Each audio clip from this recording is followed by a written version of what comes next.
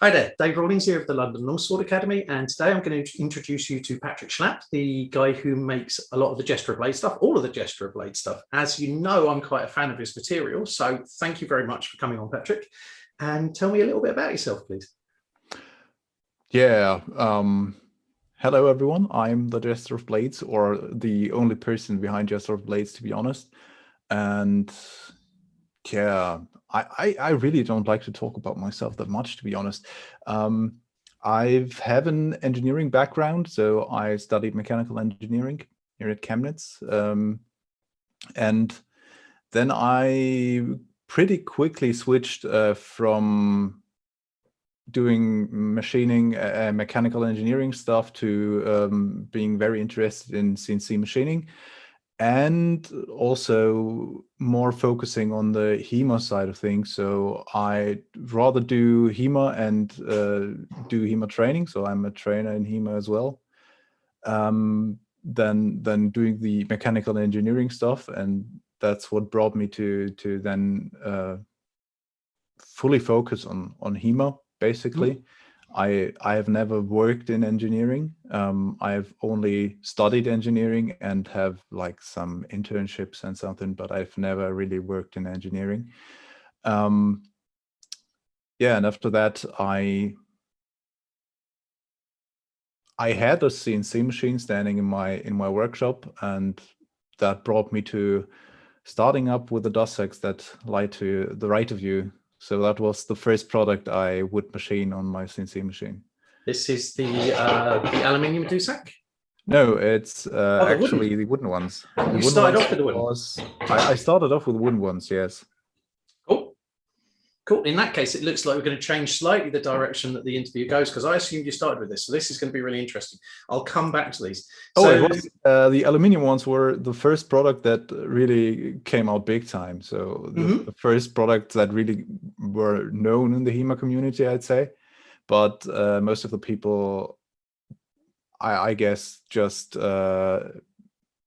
perceive the wooden ones to be not the kind of stuff that Jester of Blades should manufacture or something like that. I don't know.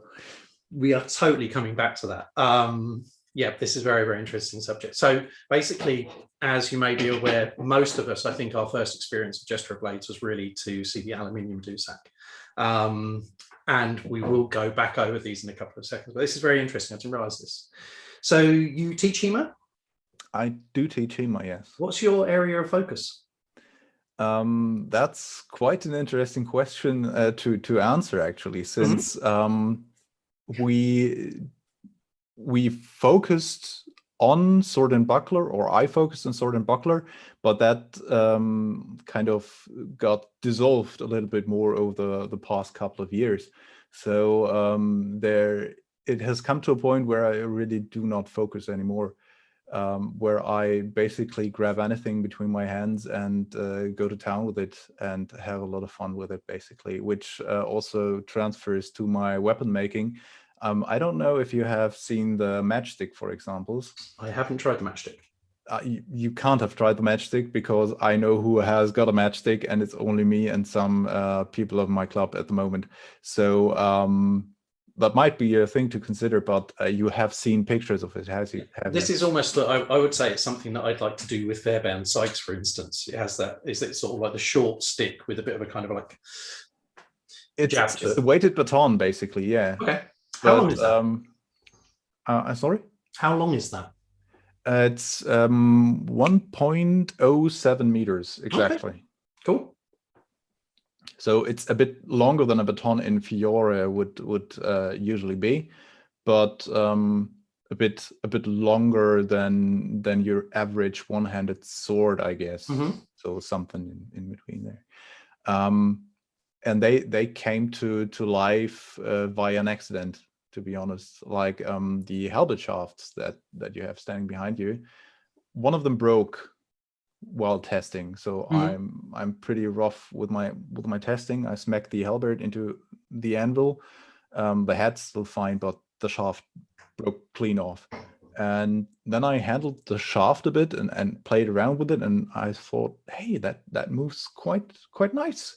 I like that, and so I decided to do a bit more professional version of that matchstick that I then found out, and that's coming back to the history of me handling like pretty much every weapon and liking it. Weapon system. Yeah, I'm massively hyperactive. So one of the ways I actually maintain a good grip on HEMA and allow myself to sort of follow my random patterns as I go, okay, I'm going to open up a class on that so I can study that, and then I can cross-reference it to that, and then I can do that. So I kind of do the same thing as teaching, I think, as you do with your enthusiasms and how you apply them to training. So yeah, again, the thing I found with the matchstick, from what I saw of it, I immediately thought Fairbairn Sykes, and I just wanted to use it as a surrogate for a pickaxe handle. So possibly slightly more forgiving than a pickaxe handle as well. So those of you who do combatives might want to have a look at that. And we'll post the links in the video below as well. So I'm going to slightly steer you in some random directions, if that's okay. And we're going to talk about some of the items that you've made. And I'd like to start off with, I know this is an absolute prestige piece, and please excuse me for saying this. I love this. I think, honestly, from the price point, this is the one I found the hardest to justify. It's kind of like a Ferrari, where most people in HEMA are looking for something which is a little bit more batterable. Now, for me, the things that made this less tenable as a training tool for the budget was that anything really that has got a hook on it kind of anchors quite nicely into any tendons you've got in the back of your knee or in your elbow and this kind of thing. And this didn't massively solve that problem. It's still more forgiving than a sickle, obviously. And you have this same problem with nylons, but I really felt that that was the one which I found the price tag the hardest to swallow. And I'm very glad I got them, and all the personalization and everything on there. But this really felt like one of those, you can have this because you want a prestige piece. So what was going on in your mind with this when you made it? Oh, I wanted to do sickle, and that was still the time when I did not have that many professional aspirations, and I was dissatisfied with what was on the market, and then I just made them myself. And well, now I offer them for the market to buy them.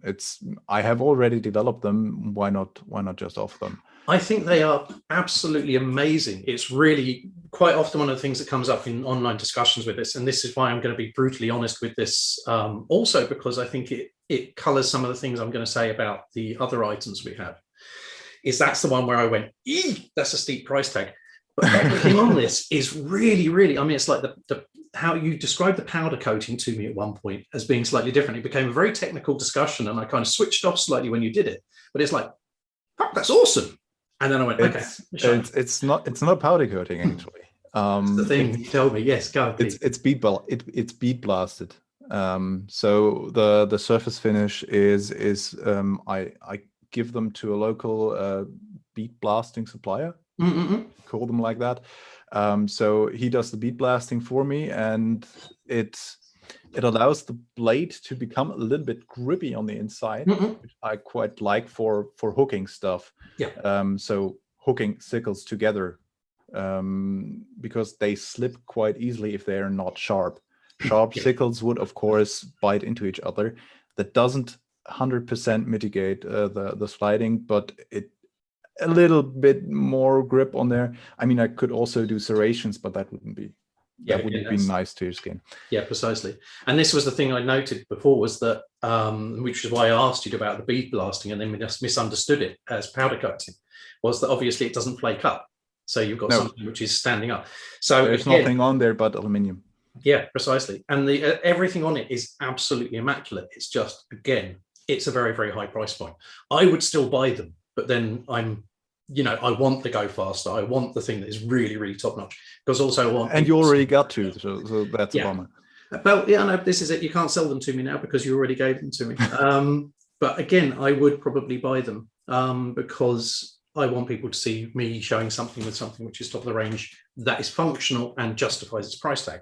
And it does, but at the same time, that one really made me wince in the scheme of things. Yep. Then we have, and again, I'm kind of going in reverse order of favorites with these things, really. So then we have the aluminium dussack that you made. Can you tell me a little bit about this? So the aluminium. Oh, by the way, I should say greetings from Christian. Excellent. We were writing up front to this talk, and now that we come to these dussacks, I developed them together with him, and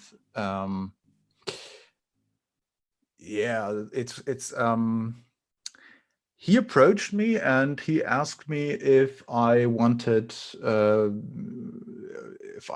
to yeah, he offered me two of his plastic dussacks that he had, and please carry on. I'm just going to grab one so people can see. in exchange for two of my sickles. So he wanted two sickles from me, and he wanted to change against two of these plastic dussacks. Yeah, right. You got one there.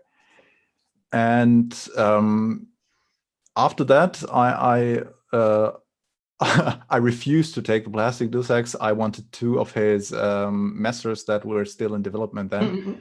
So I got two of his plastic masters. But after that, he approached me and said, like, could you make the stabilizers for these dussacks? Could you make them from aluminum? And I was like, of course I can. I mean, I got a CNC machine. Why shouldn't I?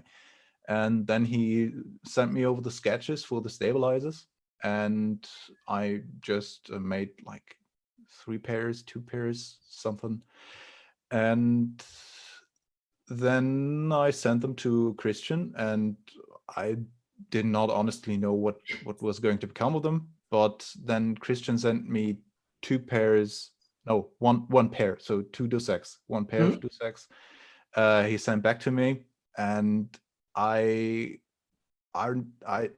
only remember like going to the post office and pulling them out of the package right in the car and feeling them and thinking, boy, they feel really worthy. Like the aluminum with the leather that's just blew my mind. And I wrote to Christian like if he would like to do more of them, and he was like, yeah, let's offer them to the HEMA community.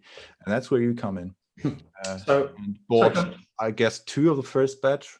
It was 1 or 2 of the first batch.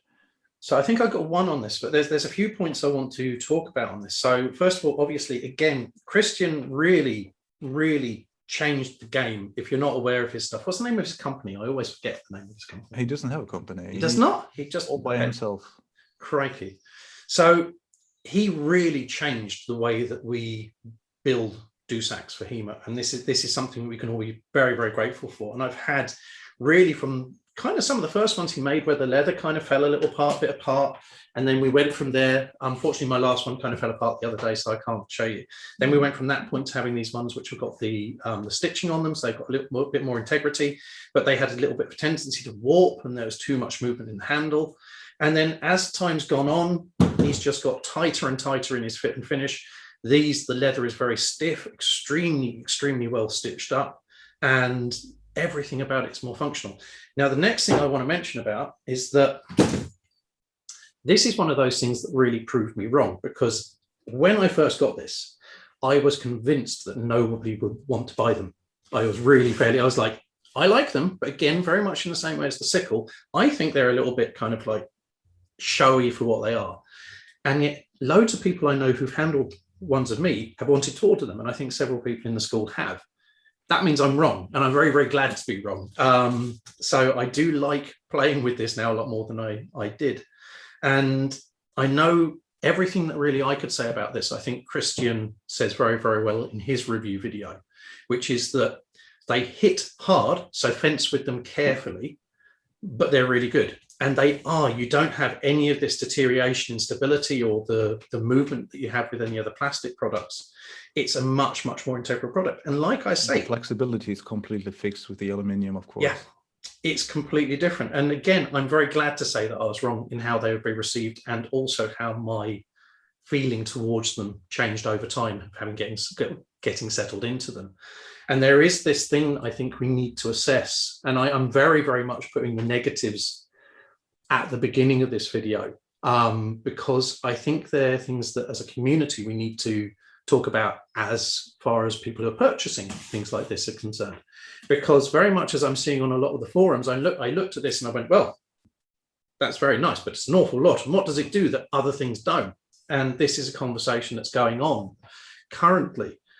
And it's only by experiencing it for a little while and playing it against other things that you really appreciate the product for what it is. I would say with these, use it likewise against another aluminium one, because otherwise the heft is a little bit weird and different. And again, exactly as Christian has said, these back edges and these stabilizers, you do feel them if they make contact. So you need to fence more cautiously, and that's not a bad thing.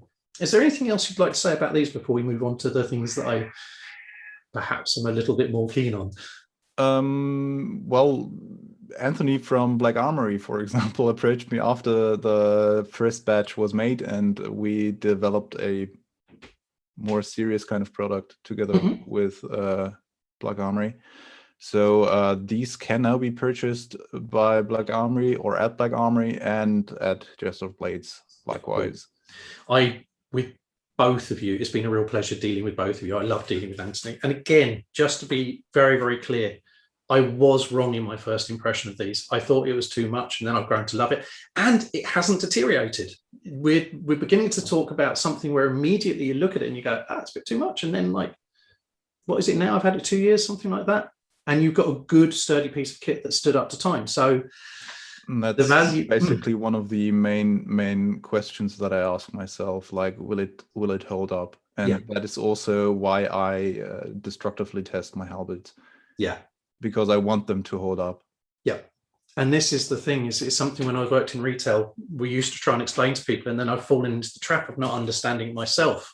Is you see something and you go, well, that's expensive, therefore it's overpriced because there's other stuff like this on the market that's cheaper.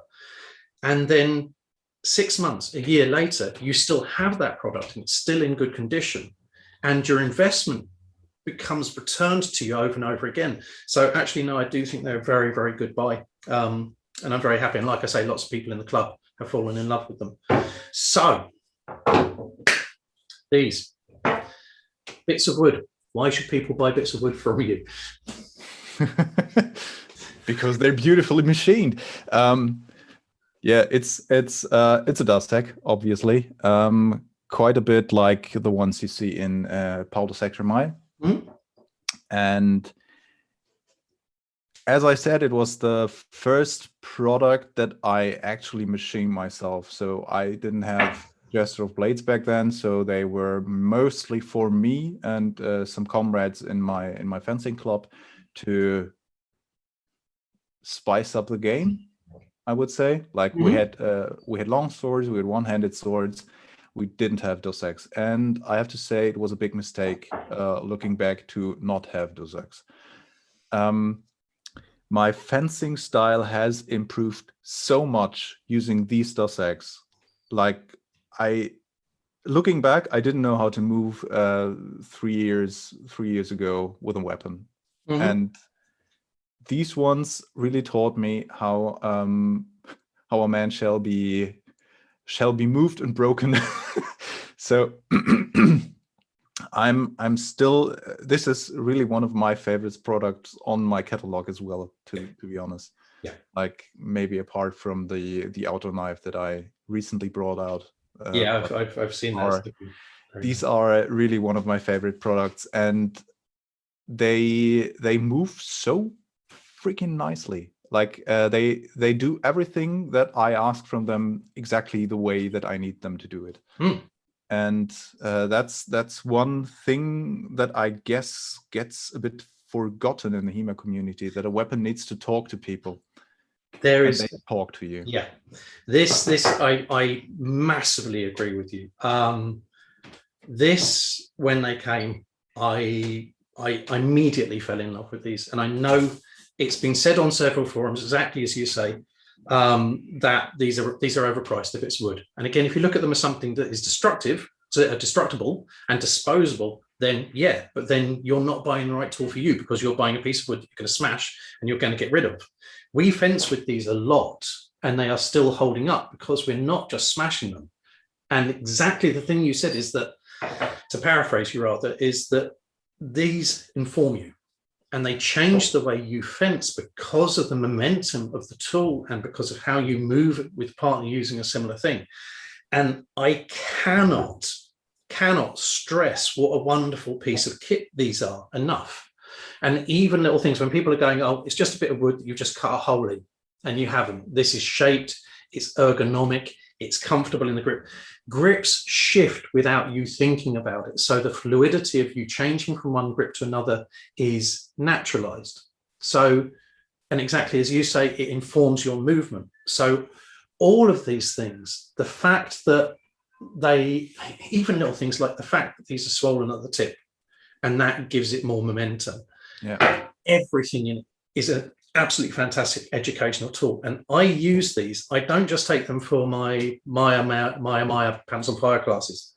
I use them for side sword. Any form of vulgar swordsmanship I do that isn't just thrust based, these come with me because they absolutely educate the way you move. And that's why Meyer says in his book that everybody learning a one-handed weapon should be using a dussack or starts with a dussack. Yeah. And out of every single dussack, and again, sorry to say this because I know these are fantastic, but out of every single dussack that I have handled over my time in HEMA, these are absolutely the best. Absolutely, without doubt. They're the most, they're lovingly made, which I love, but they really, really do inform. And that's all I can ask for them. People are fencing better having used them. And that's what I want in a tool.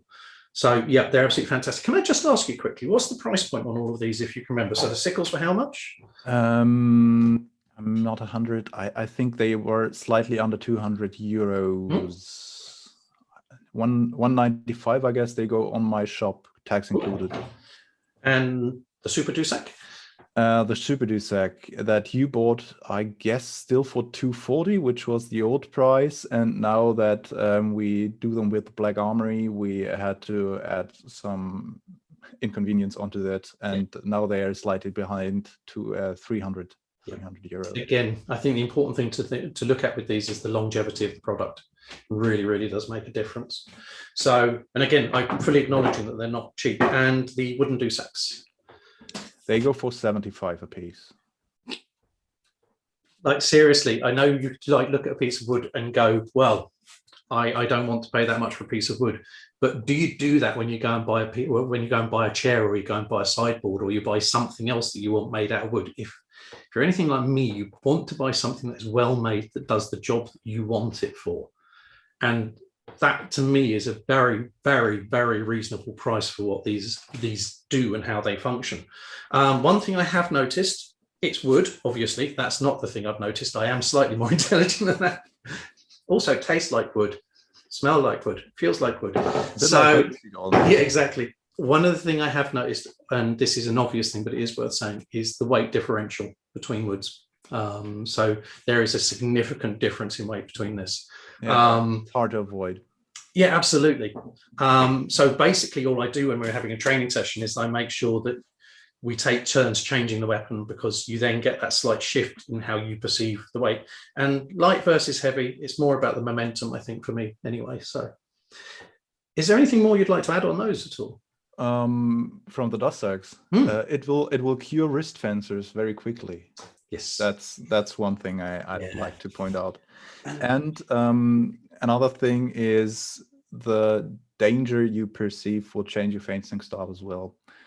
Like a lot of people seem to not understand that what we do here in HEMA is actually an art designed for killing people, and that there is an imminent danger involved in this. Yeah. And they don't adapt their fencing styles the way it should be for, like, if both run at each other and poke each other at the first possible moment, that is not fencing. That is two idiots killing each other. Yeah, Caroline used to say it's two dead idiots. And I think that is also due to people not having any feel of danger, really.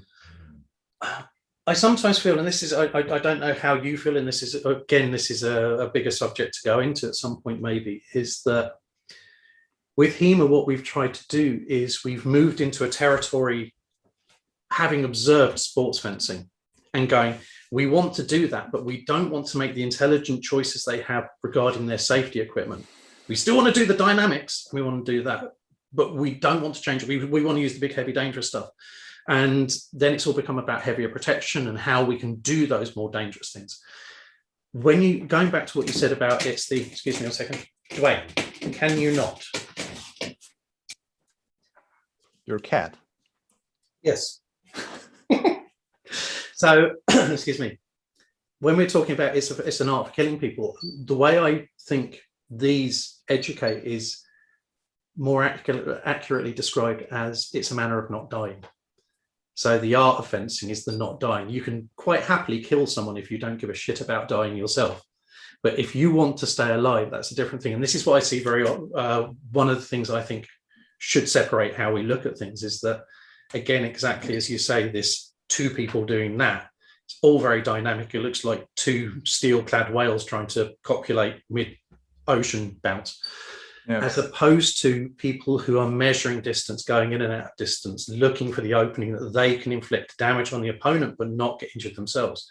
And I have to say, somebody I'd like to really like to see doing this, although I know he has his own range of products, is Damon Stith, because he, from my eye, does HEMA while not doing HEMA a hell of a lot better than most people doing HEMA, because he's all about recognizing the flow of the weapon, letting the weapon educate him, using it repetitively until he's got that organic understanding, and then incorporating that in a way. And you're watching him train without masks, with courtesy, with timing, with measure that keeps him and his partner safe.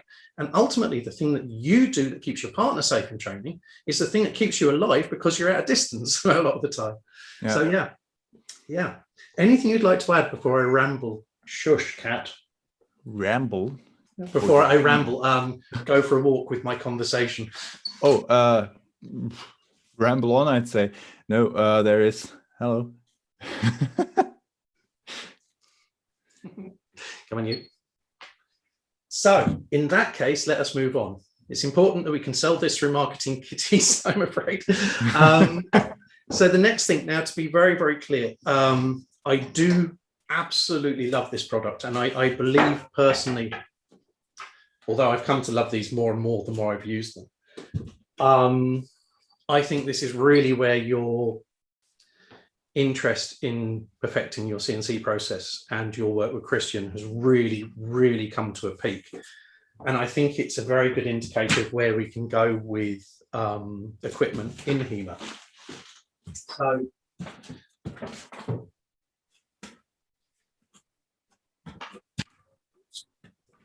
this is your Halberd, and basically when we were discussing it, we I'll talk a little bit and then I'll ask you to take over from me, because you'll give all the important information that people really need. What we spoke about was taking Christian's dussack style leather, which has got this very thick, sturdy leather which maintains the shape of it, and then sticking it between these skeletonized aluminium plates in a manner that gave you something which was able to be safe in it wouldn't cut you and rip you up, but didn't really sacrifice weight. And obviously when we're talking about safety with that, that means that you still have to use control, very much as we were talking about with the other products, but that contacts where you were doing things like hooking and things like that were not going to really mess you up. So impact wise, one of these hits you in the head and it's uncontrolled, it will drop you. There's no doubt about it. And to that degree, I've actually very often just gone like, wearing a fencing mask with this is relatively pointless, apart from maybe accidentally with this, and you're much better learning to fence. And this is really where I was most happy with them. So there's certain features I would like to talk about, and then I'd like your information on. So obviously we've got the languettes, which really make a difference to how solid the head on this feels. The tip, I expected this to just be really easy to remove, and it's not. It's actually very well anchored on, so this is absolutely great. The thickness of the leather. The great thing about this that you do not get with the rubber-headed stuff is, first of all, obviously you've maintained the wood in this and you put the languettes on to keep this safe as well, which is lovely, because this is potentially something that's a really weak point. So extending the languettes was absolutely wonderful touch. but you can stop the head of the opponent's weapon with the head of yours. And it feels great. It feels absolutely great. Absolutely magnificent piece of kit. Little things like the fact that you've tapered the halves on this. You can even see this on the screen, how much this tapers. Fantastic things, and it affects the handling of it because you've got slightly more weight there. And again, very much like the dussack from a personal point of view, I found that we've really only got to play with these properly in the last couple of weeks since we've sort of started coming back off lockdown. Unfortunately. Absolutely. And I've had these for ages. I've been wanting to review them for a long time. And within 5 minutes, and it was being commented on by people who are watching me, within the space of about 5 minutes, the way I was playing with this was completely changing. Again, the issue we have with some of the rubber ones is that there's no feedback on this. This just wobbles about for safety's sake, and it's got absolutely no use to it. The axe heads flex all over the place, so you don't really get a good feeling, but they're still dangerous to the backs of your knee and all this kind of thing. And really, you don't get the same feedback. This being of accurate weight, but with all the features we've mentioned, you start flowing. And at the beginning of the lesson, it was like heft, heft, heft, heft. By the end of the lesson, this thing was spinning like a mofo. It was really, really, really nice, really educational experience. And when people are talking about it on the forums, I don't see that you've got something else that justifies this price. It really doesn't. You're not worried about the head flying off every 5 minutes. This is anchored solidly. You're not worried about this flopping all over the place, but still being potentially injurious. And this has got feedback on it.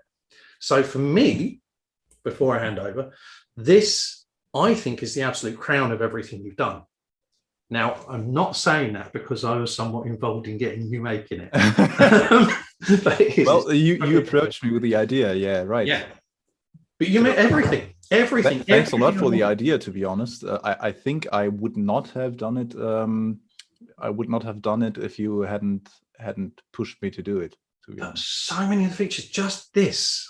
I don't know whether you can see, folks. The difference between this edge and this edge, where you have this strongly reinforced area. So this aluminium keeps the structure of this rear beak of this.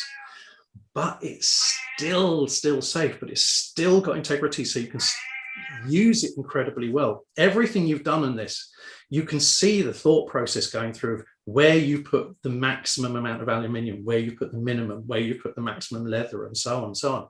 And I think they're absolutely fantastic, absolutely fantastic. Can you tell me a little bit about what's going through your head when you're designing them? So when I'm designing a weapon, it's basically what does the real weapon have that makes it a weapon? And what can I take away from that weapon to not make it immediately dangerous, but still perform as a weapon? Like we had that before with the dussacks. The weapon needs to talk. Like you can't have a mumbling piece of wood in your hand. And that's actually often a misconception I hear. Like people think that when you're a beginner, you can get away with using the worst equipment possible. And then if you're becoming better, you can use the best equipment. That is true to some extent, but the weapon needs to teach you how it wants to be moved. And if you have a weapon that basically has the dynamic properties of a spear, you will learn how to use a spear in some halberd-ish way of using it. There'll be overlap, but it's not consistent, yeah. Yeah, that's a big piece. And then again, we have, in our club, we have gone through what makes fighting actually fighting, or what needs to be hard to put that, what I usually talk in German about in English in a second. So there are people that really know about violence, and it's for example Rory Miller. I don't know if you know him, but he is this these magic 4 things, which is what a good technique needs to have to be a good technique. And these 4 things are: you need to improve your position, you need to worsen the precision of your opponent, and you need to protect yourself, and you need to structurally break your opponent, or you to move or break the structure of your opponent, so to say. And you can't manipulate the structure of your opponent if you have a flexible weapon that just bends out of the way. So that's the next point that I considered. Like, what is this halberd for? There is a hook on there. A hook is there to hook. It can't bend out of the way. You have a head on there that's got this pokey shape there. That's to poke somebody. It's to move somebody out of the way if you have poked them. It's to make contact, and it's to manipulate him with that. It's also to catch a weapon, as you already pointed out. Like, it's to counter incoming blows, catch them with a head, and then maybe twisting the blade and get the better of his weapon, and thereby controlling it even further.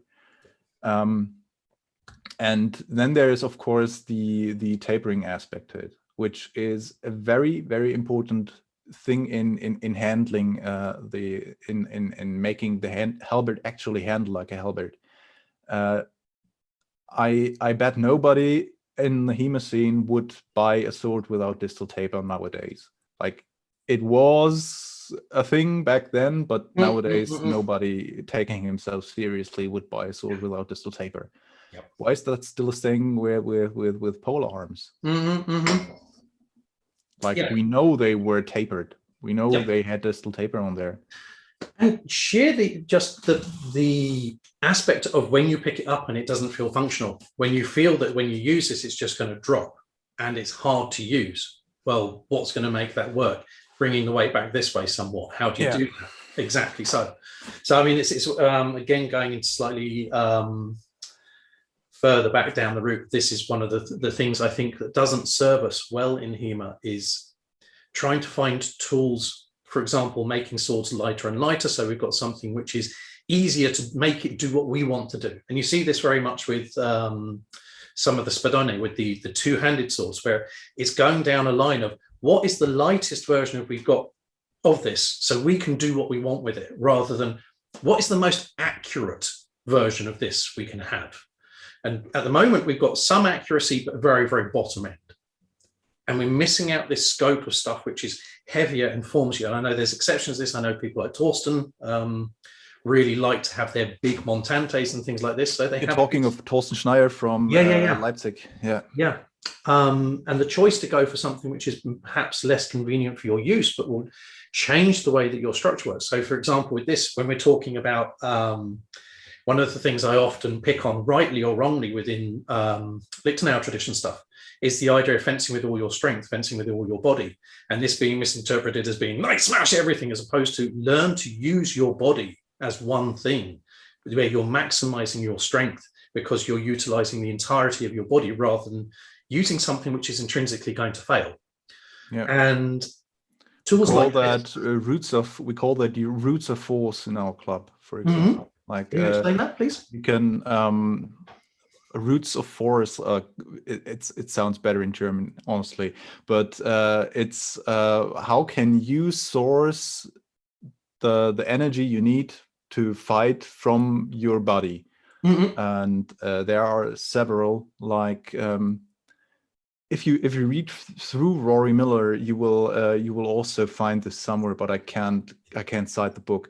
But you have a rising step, so you lift your body up from your legs. So you lift your opponent up with your body. I once had that situation with a training partner of mine where I lifted his whole body up with a hook. Like, I got him in the stomach and I lifted his whole 80 kilos up with my right hand, just with a hook. And that's the rising step. And the falling step is where you, of course, let your body drop into the blow, which is quite nice for a right Oberhau. Is there an English term for that? Yeah, overhand strike, whichever one, descending strike. Yeah, okay. So you basically let your body drop in it, and you can always combine these things. Of course, not rising step and falling step, but you can also have a hip twist as a root of force, where you twist your body, and you can combine that with a falling step, of course. It's almost like sort of some of the ging stuff we used to get, and you get that sort of like your body drops it or your body lifts or anything shakes. Yeah, very, very much. Yeah, but absolutely with these getting the maximized power generation, which is from a unified body form, really, really, really become apparent with these. Because one of the things that a few of my students comment on about very often is coming away from a private lesson, having used this halberd or having used the one by Jackhammer Forge. Oh yeah, how do they compare actually? It's very, very. I mean, like handling wise, are they on par, or are they? Yeah, they handle differently, but then swords handle differently. You know. Of course, but you know, I mean, there's how accurate is my halberd? I want to. That's the thing I'm trying to say is a little bit of a difficult thing to say, because this definitely. I make the analogy very often. We used to go into as a community. Lots of us in the UK used to go to places like Wallace Collection, and 8 or 9 of us would go into the Wallace Collection, and we'd all go and pick on a sword that we thought was right. And mentally, we've already made the decision, and then we'd be picking up in a museum full of swords that are historic pieces, going, yes, this one's a real sword. And over the other side of the room, you'd hear, yes, this one's a real sword. Yes, this one's a real sword. And yeah, this feels like a real halberd. That feels like a real halberd. Yeah. They feel like different real halberds, but they still, and I think this is the important thing, is they still have that degree of momentum. Now, there is a difference with the jackhammer, is that it's, I deliberately went for one which was shod pretty much all the way down, halfway down the shaft. So it's got a lot of metal covering it. So it has a slightly different feel to others that I've held, but not as much difference as you'd expect. So no, they're not identical, but it handles extremely well. So the thing I was going to say was that, whenever I have a student who's used one of these or 2 of these or used the Jackhammer Forge halberd, is they've always gone off and, having done the strikes as perfectly to yoke and mire as they possibly could, they've gone away and they're like, it's not just my arms. It's like, I feel it here. I feel it in all the linking muscles. It's going up my anterior oblique sling. I can feel everything. And it's like, I can feel my lats. What's going on here? And it's like, it's teaching you to fence with all your body. And strikes that you perceive as being big in mire become nimble and reactive to someone else. So it's a fucking fantastic piece of kit, frankly. So I had one more question, unless there's anything you'd like to add on the halberd. Oh, mostly general in terms of fencing, so we can just keep on talking, I guess. I won't. I don't want to make this too long a thing, because we'll just, I think we've got to the point where I would really, really just like to sit down with you and have a cup of tea and talk about fencing, because there's so many overlaps in the way that we think about things in our club. Welcome anytime. Yeah, that'd be lovely. So I'm going to ask a little bit of a strange question about, not really a strange question, I suppose. Going back to sickles, have you considered making a skeletonized model of the sickle at all? Do you think it's something that's worthwhile doing, or not particularly? I have considered making a skeletonized, or first of all, a sandwiched version of the sickle. I have considered that, but I haven't gotten around to doing it yet. Okay, because again, this I do wonder. One of the really nice things about the leatherwork that Christian's doing is that just the amount of rounding on these takes away slightly from that risk of hooking onto tendons. It doesn't eliminate it, but it takes away from it slightly. And it might, again, just make it an interesting piece for feeding the bind a little bit more. So I'd be really interested to see what goes on with that.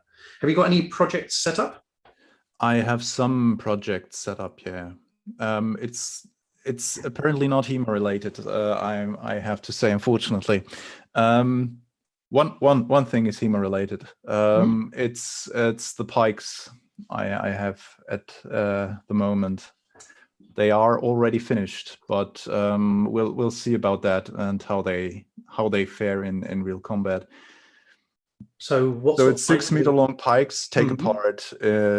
So 3 pieces down to 2 meter pieces. Do you know what 2 meters is in feet at all? I'm sorry. I can look it up. I can look it up. Let me. It's 6.5 feet. Okay. So one of the things I would mention, and I know we're kind of going on slightly broader things again.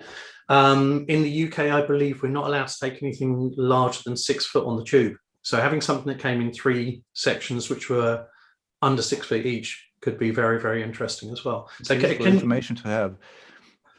So can you continue telling us a little bit more? Yeah, they are, those pike pieces from Joachim Meyer, maybe?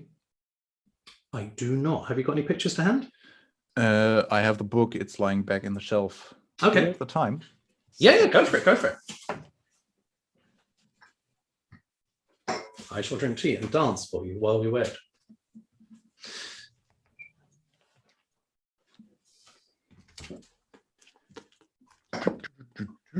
Pike pieces. Let me see if I can find them. It's quite far back. No, that's already longsword. Even further back. Halberd. There was a nicer picture than this one. Yeah, there's one. Further back. Can you see? Could you bring it closer up to the camera at all? Come closer to the camera, please. Can you put your finger on the piece that you're trying to show us? Back there, those two guys, they have pikes. Mm-hmm. They are using pikes. Okay. So this is so they still have a very long spear. Right. And what sort of head is it? I couldn't quite see what the head was like. In that book, I can't really see what the head is like. I have chosen to not put a head on those because there is a consideration where moment of inertia increases cubic with the. So what we're talking about is removed from your hand. Yeah. Okay. So I misunderstood. So we're talking pike quint, which is basically like lance. It's a very long lance. Yeah. Cool. Excellent. They are called pike in German. That's why I call them pike in English. Okay. Yeah. So pike for me would usually be something that has got. I think I'm associating it quite wrongly just with something that has a metal spike on it. So I'm not making the cross between it being a long stick that you would put a spike on. They used to have a head on there, but it was rather small. So it was a lot smaller than a lance. Yep. A bit bigger than an arrow tip, somewhere in between there. But as you can imagine, having a 50, 60, 80, 100 gram lance head on a 6 meter long pole won't very well work out. Yeah. On these, I decided to not put a head. I just rounded off the wood. So that's good enough for the prototype and trying them out. And I will drive up to Hamburg the week after next week, and we'll try them out there. I cannot wait to see them. I very, very much, certainly within our classes, one of the issues we have is obviously if I'm trying to turn up with a long staff for everyone, and we really draw the line at 8 feet because otherwise it's just impractical to get in a car. So if it does work out right, and there's any way that we can have 18 plus feet of wood to hit each other with, I'll be very, very happy. So, that's awesome. I'm not really sure about if there would be a market for those in HEMA at the moment, since they will be like pieces of wood that will be very, very expensive. Again, this is so. Again, going back to price point, and again, I know they're saying that I've criticised the price point on these, but again, the work justifies the price point. But it was generally too steep, I think, even for me at the time. Is when you're going on to things like halberds, when you're going on to something like having the capacity to train with an 18-foot piece of wood that you couldn't usually get to a training venue.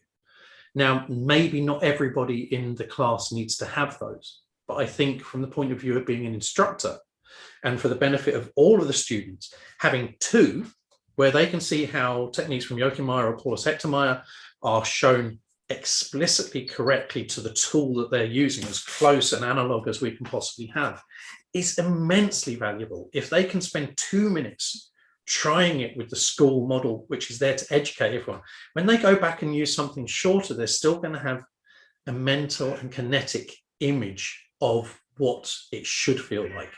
And the education then transfers onto whatever you're using that isn't the most close analog.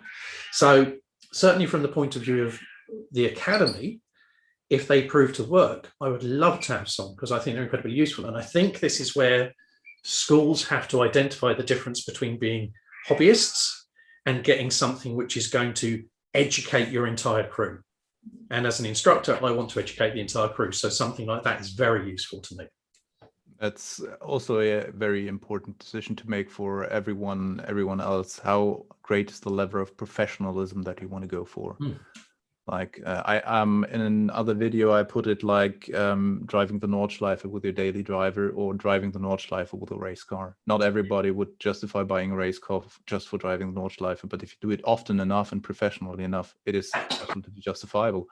Yeah, it's very interesting when I notice on sort of like discussions with people where perhaps somebody would buy a stick and they're going like, well, you know, it's just a stick, so I'm only going to spend this much. And then you look at the other pieces of kit they have, be it car, be it tack, be it a sword, and it's all the whistles and bells and it goes faster and it's a go faster, it's got stripes, it's all perfect, everything's wonderful, because they see the value in having that thing that makes their experience perfect. And I think that's where your material really, really is different to anyone else who's making wasters, is that your attention to making it as perfect to the original tool as you possibly can, while having something that's going to have longevity, while having something that's going to inform you rather than just being a shape that's similar to. So yeah, for that, I really, really applaud you. Is there anything you'd like to add before we finish up? They're not wasters. They're just no wasters. Thank you. Go on, please. Go. I'm just quickly booking a plane up to London and getting. No, not a waster. Not a waster. No, I don't know. I just don't like the term waster, to be honest. It's like implicating to me just buying a kit of a piece of kit just to basically go to waste. And that's not a philosophy I can agree with. So I don't know whether wasters is something where we've had a complete misunderstanding about this. So there's, and people who are better at Tudor English than me will probably be able to tell you this. There is, I believe it's a inventory for stuff that's purchased by Henry VIII or to teach young Henry VIII. Mm-hmm. And they have wafters. Now, wafters, I think when they're talking about it, and I could be wrong, it's been a long time since I read this piece of information. It's basically saying that you have your sword hilt and you've got your blade mounted at, I think, a 90-degree angle to it or something like this. But you've basically got something which is remarkably like a feather, because you've got this parallel to it. You're not talking about something which is disposable. You're talking about something that hasn't got that same edge profile to it potentially. So it's sort of like it's a wafter, it's a feather kind of thing. So I don't know how much crossover and how much we've potentially misunderstood the purpose of the word. Maybe, but the concept I feel like there is in HEMA is like, yeah, this is a piece of kit that's quite cheap and will break anyways. So that's also some feedback that I got on my halberds. Yeah, that's a very expensive waster. They're not wasters. They're they will not break. I agree with you. And again, the thing is even if they do break, because it is wood and it is going to break potentially one day, what did you have to do to it to make it break? Were you treating it like a How weapon? Does your partner look like? Yeah, exactly. You know, what the hell did you do to this thing? And I think, again, this is it. It's just educating each other not to batter the crap out of it. Use it like you intend to use it again. Don't cut them once. Don't cut them twice. Cut them as many little times as it takes you to be safe, and then finish them with the least damage to you and to your weapon. So yeah, I will try and stop using the term wasters. You might call them wafters instead. But honestly, the reason I wanted to do this interview is because I say this about Christian, but I believe that you have very, very much changed the way that we look at training equipment. And I think this idea of elevating the standard and accepting that elevating the standard is going to involve increased cost. And that also involves a lot of increased work to you and increased cost to you to make it. So that's all the things that have to be considered. Now, everybody that's another different, that's another interesting point, like on those 6.5 foot lances or lance pieces, one of them cost me 60 euros and there are 3 pieces. So 180 euros is just the wood that I pay for them. I can't taper wood. I don't have the machinery for that, unfortunately. So somebody else does it for me, as with the Halberd shafts, somebody else does it for me. And they are quite expensive. They are just expensive. And this is it, is everything that I've got from you, even if I've kind of like winced, again, going back to sickles, even when I winced at how much they would have cost, and bearing in mind I got them for free, which I'm very, thank you. You're welcome.